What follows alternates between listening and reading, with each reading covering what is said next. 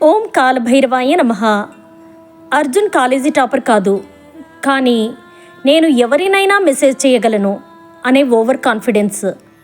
అబద్ధం చిన్నదే అయినా తప్పించుకోవడంలో చాకచక్యం.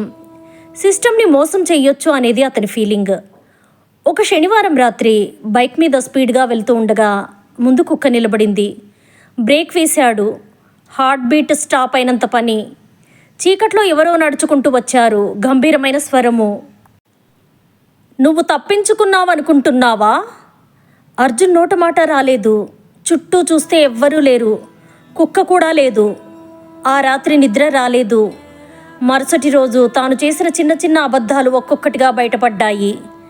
కాలేజీలో, ఇంట్లో, అన్ని చోట్ల. అప్పుడు అర్థమైంది, కాలభైరవ లీల అంటే శిక్ష కాదు, తప్పుదారిలో ఉన్నవాడిని సరిదిద్దే హెచ్చరిక.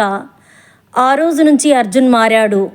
నిజం, డిసిప్లిన్, టైం విలువ అన్నీ తెలుసుకున్నాడు. నువ్వు స్మార్ట్ అనుకుంటావు, కానీ కర్మ ఇంకా స్మార్ట్. ఓం కాలభైరవాయ నమః.